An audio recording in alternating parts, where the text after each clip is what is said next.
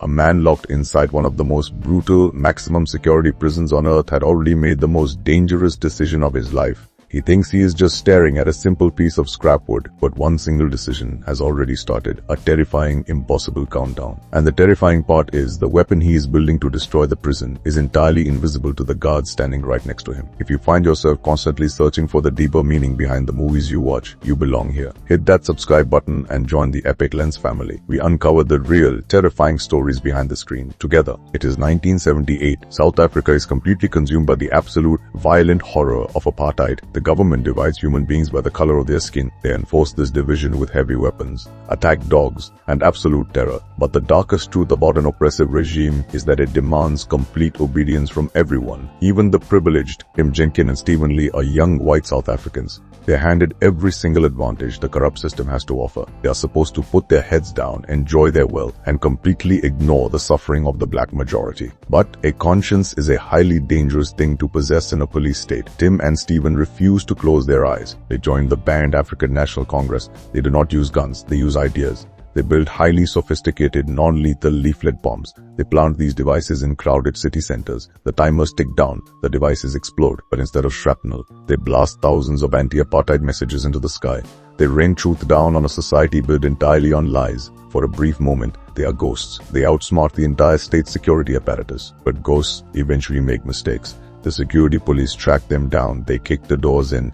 Tim and Stephen are violently arrested. They are thrown into interrogation rooms. They are put on trial in a completely rigged court. The judge looks at them not just as criminals, but as absolute traitors to their own race. Tim is sentenced to 12 years. Stephen is sentenced to 8. They are loaded into heavily armored transport vehicles. They are driven to Pretoria local prison. This is not a normal jail. It is a fortress designed specifically to house white political prisoners. It is designed to take the most brilliant, rebellious minds in the country and slowly, methodically crush them into absolute submission. Tim steps out of the van. He looks up at the massive towering brick walls. He sees the heavy iron gates. He sees the barbed wire. At this moment, he's not thinking clearly. He is completely breaking. The physical weight of 12 years crashes down on his shoulders. 12 years of staring at the exact same concrete wall. 12 years of absolute silence. A prison does not just steal your time. It steals your identity. It erases your humanity until you are nothing but a number stamped on a uniform. The heavy steel door slams shut behind them. The locks turn. The sound is deafening. It is the sound of a coffin closing. Inside the cell block, they meet the older generation of political prisoners, men who have been locked in these cages for over a decade. They meet Dennis Goldberg. Dennis is a legend. He stood trial alongside Nelson Mandela. He is serving 4 consecutive life sentences. Dennis takes the young men aside. He gives them the absolute brutal rules of survival. He tells them to accept their fate. He tells them that Pretoria is entirely inescapable. The walls are too high. The guards are too heavily armed.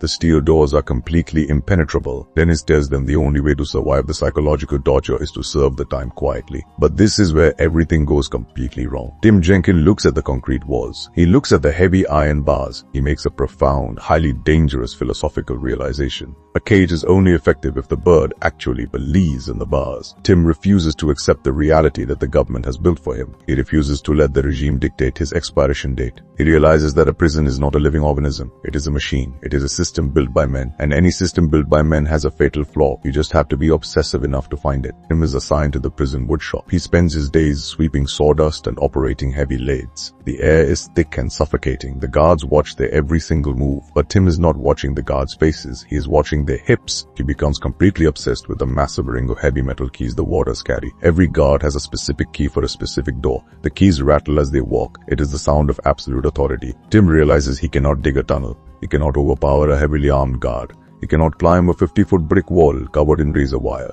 The only way out of Pretoria is directly through the front door. And to walk through the front door, he needs the keys. But how does a prisoner locked in a concrete cell acquire a high-security metal key? He doesn't. He builds a wooden one. This is the spark that ignites the most brilliant, entirely psychological escape plan in human history. Tim realizes that the internal mechanism of a lock does not care what the key is made of. It only cares about the exact shape. It only cares about the precise mathematical alignment of the pins. If he can map the exact dimensions of the guard's key, he can carve an identical replica out of scrap wood. But mapping a key you can never touch is a terrifying, nearly impossible task. Tim starts his meticulous observation. He watches the main warder, an incredibly cruel and suspicious man named Mongo. Mongo carries the key to the cell block doors. Tim stares at the key hanging from Mongo's belt. He studies the deep grooves. He studies the jagged teeth. He burns the shape completely into his visual memory. He goes back to his cell. He hides a small piece of smuggled paper. He draws the key from memory. He measures the distances with his eyes. He's doing highly complex geometry in his head while a guard is standing mere feet away. The next day in the woodshop, the truly terrifying work begins. Tim sneaks a small broken piece of scrap wood into his pocket. He finds a hidden corner. He uses a stolen piece of sandpaper and a tiny metal file. He begins to carve. He carves slowly. He carves silently. Every single scrape of the file is a massive risk. If a guard catches him holding a carved key, the punishment will be absolute. They will throw him into solitary confinement. They will beat him. They will add years to his sentence. The psychological tension is agonizing. Every footstep echoing on the concrete floor sends a spike of pure adrenaline directly into his heart. Days turn into weeks. Tim perfects the wooden replica. He crafts the teeth perfectly. He hides the wooden key inside a hollowed-out thermos in his cell. But building the key is only the first half of the equation. A key is completely useless unless you know it actually turns the lock. And testing the key requires a level of fearlessness that borders on absolute insanity. It is the middle of the night. The prison is completely silent. The lights are off. The guards are patrolling the outer corridors. Tim stands by the heavy steel door of his cell. His heart slams against his ribs. His hands are shaking violently. He pulls the small, fragile wooden key from his pocket. He looks at Stephen in the next cell. Stephen nods. Tim inserts the wooden key into the heavy iron lock. The wood groans. The lock is incredibly stiff. Tim applies pressure. He knows that if he turns it too hard, the weak wood will snap completely off inside the metal lock. If the key snaps, the lock jams. The guards will discover it in the morning. The entire escape plan will die instantly and they will be sent to the dark cells. He holds his breath. He feels the sweat dripping down his face. He closes his eyes. He turns the wooden key. Click. The heavy metal deadbolt slides completely back. The cell door is officially unlocked. Tim opens his eyes. He stares at the dark corridor beyond the iron bars. A massive wave of euphoria completely washes over him. He did it. He cracked the first impossible code. He proved the system is completely vulnerable. But the victory is incredibly short-lived, because getting out of his own cell is completely useless. Between Tim's bed and the absolute freedom of the street, there are exactly 14 more locked doors, 14 different locks, 14 different keys, 14 different opportunities to make a single fatal mistake. And the guards are starting to get highly suspicious.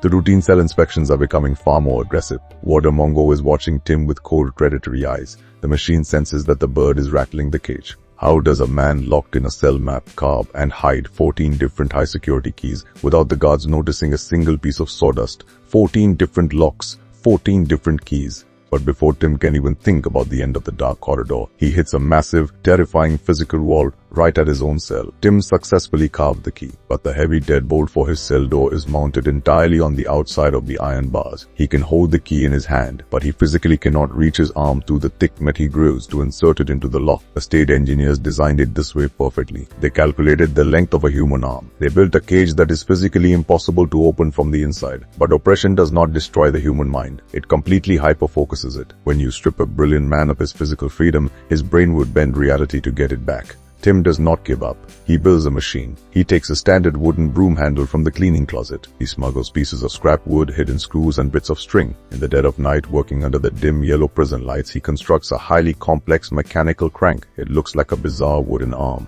He attaches the carved wooden key to a pivoting joint at the very end of the pole. It is a completely insane, desperate invention. He stands in his dark cell. He slides the long broomstick through the iron bars. He is working entirely blind. He uses a small angled mirror to see the reflection of the keyhole on the outside of the door. He slowly, agonizingly guides the wooden key toward the iron lock. His hands shake. The broomstick wobbles.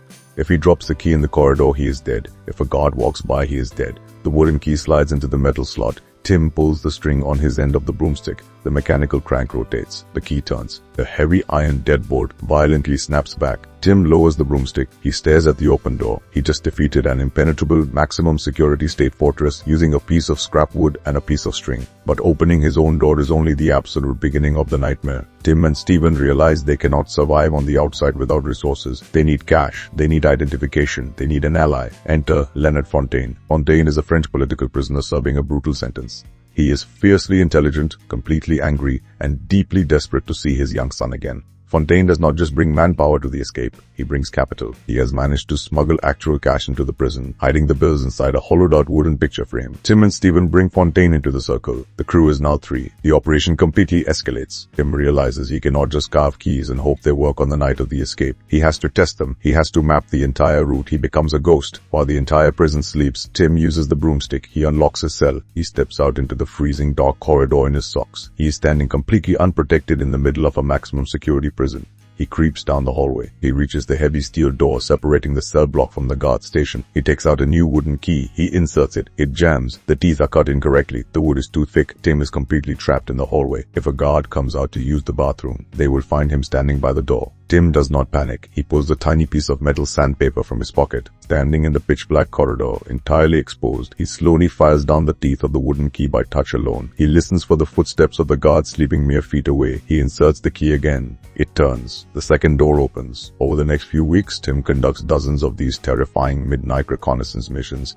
He maps the inner doors. He maps the security gates. He sneaks directly into the warder's office while the guards are sleeping. He stares at the master keys hanging in the glass cabinet, memorizing their shapes in the dark. He is orchestrating the most dangerous psychological heist imaginable, entirely from the inside out. But the security machine is not blind. Warder Mongo, the cruelest guard in Pretoria, senses a shift in the air. He notices sawdust on the floor of the woodshop. He notices the tension in the prisoner's eyes. The guards decide to launch a massive, unannounced, brutal cell inspection. The heavy alarm bells ring. The guards flood the cell block. They tear the mattresses apart. They rip the books off the shelves. They force the prisoners to strip completely naked. They are looking for anything, a weapon, a note, a tool. Tim stands completely naked and freezing in the corridor. He watches Warder Mongo walk directly into his cell. Tim has dozens of carved wooden keys hidden inside his cell. If Mongo finds even one of them, the escape is entirely over. The guards will drag Tim to the dark cells, and he will never see the sun again. At this exact moment, Tim is not breathing. His mind is running 1,000 terrifying calculations. He watches Mongo tear through his personal items. Mongo picks up a heavy plastic thermos glass. Tim's heart completely stops. The thermos is hollow. Hidden inside a false bottom are the exact wooden keys designed to open the entire prison. Mongo holds the thermos. He shakes it. He hears a faint rattling sound inside. He narrows his eyes. He begins to twist the heavy plastic cap. The entire universe shrinks down to the sound of that plastic thread turning. Tim prepares for the absolute end of his life, but the inner seal holds tight. Mongo cannot unscrew the false bottom. He thinks the rattling is just loose plastic. Mongo violently tosses the thermos onto the metal bed frame. He walks out of the cell. Tim survives by an absolute fraction of a millimeter.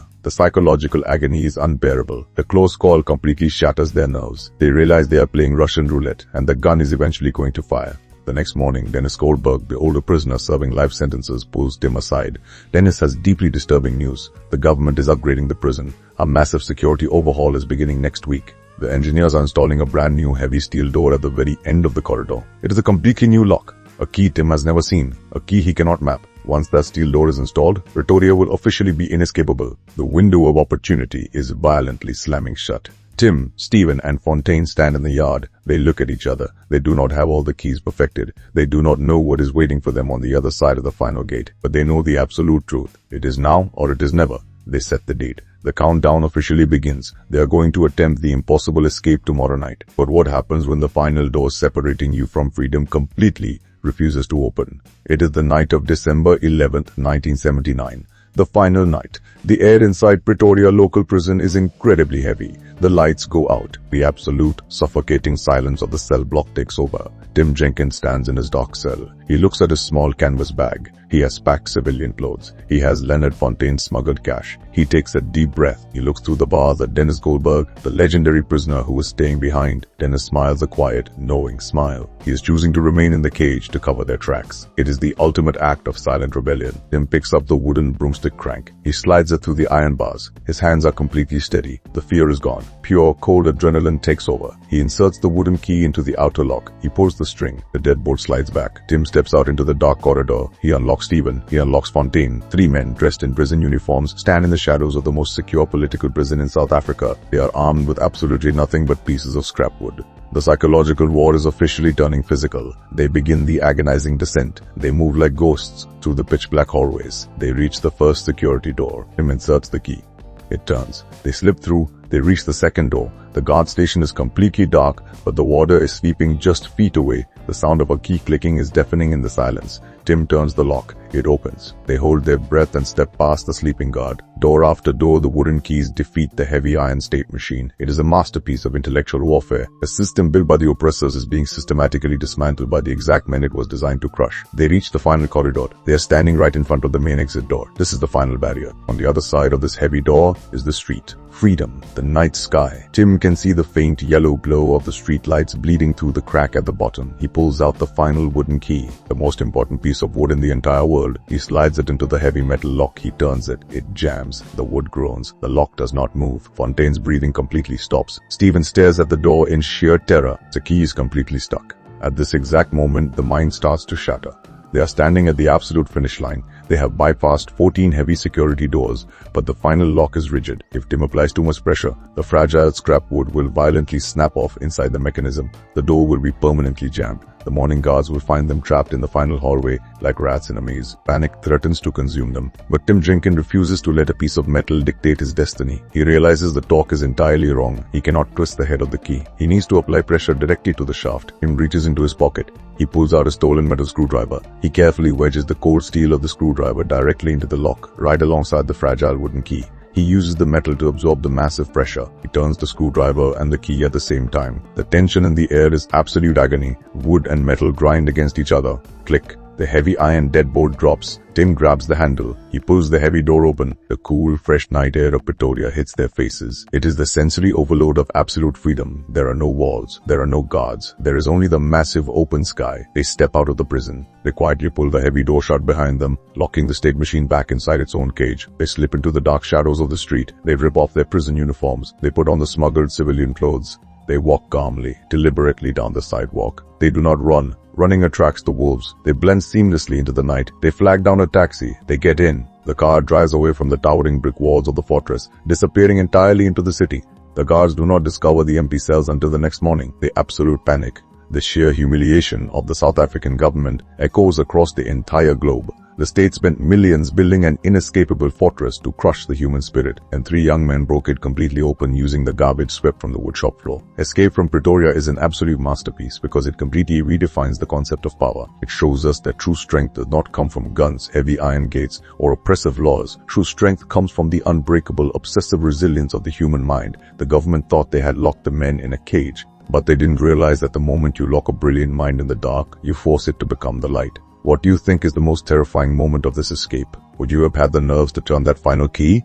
Or would the fear have broken you? Let me know your deep thoughts down in the comments below. And if you appreciate strict, factual deep dives into the greatest movies ever made, make sure to hit that like button and subscribe to Epic Lens. We respect the films, we stick to the facts, and we bring you the real story. Stay tuned, because next time we are breaking down a psychological thriller that will completely change the way you look at survival. Until then, keep your eyes open.